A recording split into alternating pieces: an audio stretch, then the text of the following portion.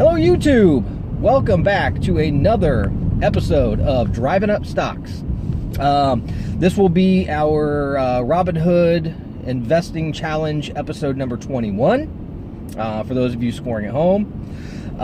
Getting right into it, the last episode we had discussed AMC, that I was looking to increase my position in AMC, which is a dividend stock. It actually pays a very nice dividend. I believe it was, oh man, I just lost it. My mind went elsewhere. I want to say it's around 15 cents a share. So pretty good for being such a low price stock. But in addition to, obviously increasing my dividend payouts by picking up another AMC, I was also looking to average down my cost, because I bought my first share for $8.30. We already discussed a couple different times. They had some bad news involving some of their board members, which caused the stock to dip. It went down in the high 6 range, bounced back up over 7, and it's actually at the end of Wednesday was down under 7 again, so that's a good buy-in point. So now definitely going to keep an eye on AMC.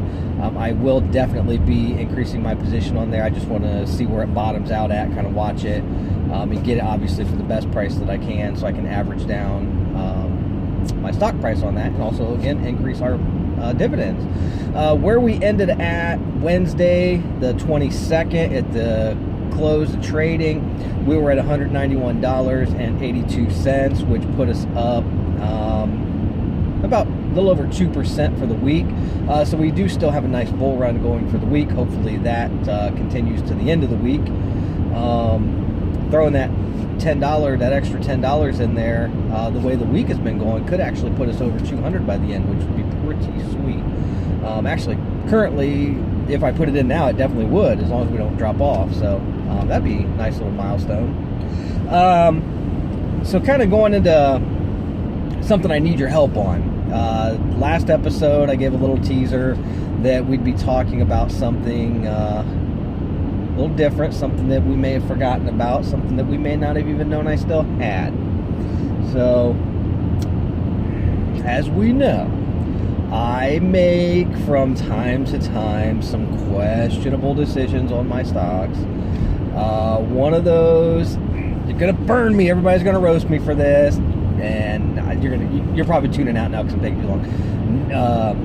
Naked Brand Group. That is one I haven't talked about in a long time. That's ticker symbol NAKD. They're an Australian company. They own Fredericks of Hollywood. I can't remember their big one. I want to say like Borden or Gordon, something along those lines. I believe it's very popular overseas, not so much in the States, but that's their biggest thing, and something I really want to talk about here. And then they also own the Heidi Klum. They do the Heidi Klum clothing lines, swimwear lines, all that stuff. Don't know what it was, just love that company. I think it was appealing when I first started trading because it was so inexpensive. It was trading around 7 cents a share. That was when I was still doing penny stocks. And just as, the more I read about it, the more something drew me to that company. And so I did a lot of day and swing trading with it. Ended up kind of working out. As you know, that is the company that I used when I experimented to see if Robinhood would give you a full share on a reverse stock split, because every other reverse split I was a part of, it was before they did fractional shares, which they still haven't rolled that out yet fully. But they would pay you out if you didn't have enough for a full share. And I just want to see, hey, if you had enough shares to accommodate that reverse stock split, would you get it? Which, yes, the answer was yes. They did a 1-for-100 split, meaning for every 100 shares you own, you got 1 share on the reverse split. So your value doesn't change. If you had $50 worth of shares, you still had $50 worth of shares, but instead of having 100 shares, you had 1 share now. They just had less shares out there in the open market is what they did. And the reason they did their reverse split is, I believe they are on the New York Stock Exchange, and they have a guideline that you have to have a minimum of a $1 share price, which obviously at 7 cents a share, they were well below that. So they were given a warning that they'd be delisted if they did not achieve that $1. They ended up getting a 6-month extension, which I believe would have expired in February or March. So in December, they voted, which I actually had voting shares, to do a reverse stock split, 1-for-100 stock split. So I did end up with going from that 100 down to 1 share. So it went from trading at the time 2.5 cents a share to like 2.50. They went up and down for a couple days. There was crazy volume out there. They went from like an average daily trading volume of like 8 million shares up to like 20 plus. It was freaking crazy. I mean, their stock price was shooting up and down left and right as people were getting in and out, making their little bit of money here and there. So I had my 1 share, and a while back I had decided when I sold out of my Naked Brand stock, I sold down to 15 shares. At one point I owned, I think, over 400 shares. Ended up getting to a profit point on those, sold out of those shares, and just kept 15, which I said, at the time they were trading at like 3 cents a share, something like that. I said, I'm just going to ride these out until the thing takes off and skyrockets and I look like a genius, or I'll just let those 15 shares, because I mean, you basically have 45 cents tied up in this. So I was going to go down in flames with those. Not that you're going to go down in flames for 45 cents, but anyhow, I digress. So I decided to use that since it was so inexpensive and I wouldn't be out a whole lot if it failed. I'd use that for my experiment to see if I'd get those shares on the reverse stock split. I did. I had 1 share with all that up and down volume. I'm talking very fast here, and I apologize. I'm just trying to get through the story. They got down to, I think, $2.15. And I was like, okay, I'm going to buy in here because they're on a dip, because they had been going down to like around 215, 220, and then they'd bounce back up to 240. So I'm like, I'm going to buy in, see if I can't make a few quick cents here. Didn't work out. Like, right as I was buying, everybody decided to sell. That stock tanked.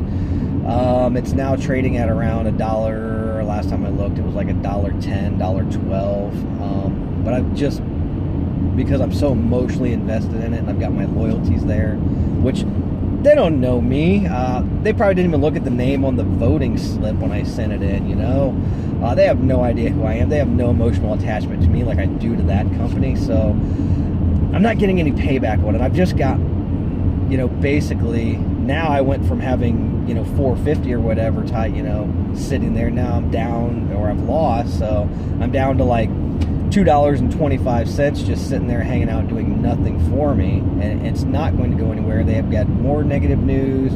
They're making some questionable decisions now to try to be profitable. Like I mentioned, their big brand, which I can't even remember what it is, Dorton, whatever it is. They have decided to sell that branch to another company. So now, like, the one thing they had that could make them money is the one thing they sold. It's kind of reminiscent, even though GM and Ford and all them are still around and still doing okay. It was about 10 years ago when the government did that bailout in the auto industry.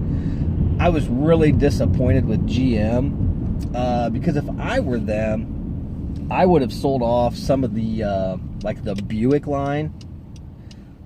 It's less popular, overpriced. You've got basically old money buying it, so you're not getting a lot of turnaround. Because I worked for a dealership for about 6 years, and one thing I can tell you is your older crowd is going to go in there and they're going to spend that money. They're not going to haggle a lot with you, but they're going to hang on to that car for a freaking century. So oddly enough, that's one of their more popular is Buick Century. So their probably most popular brand was their Pontiac, like their G6, definitely huge seller.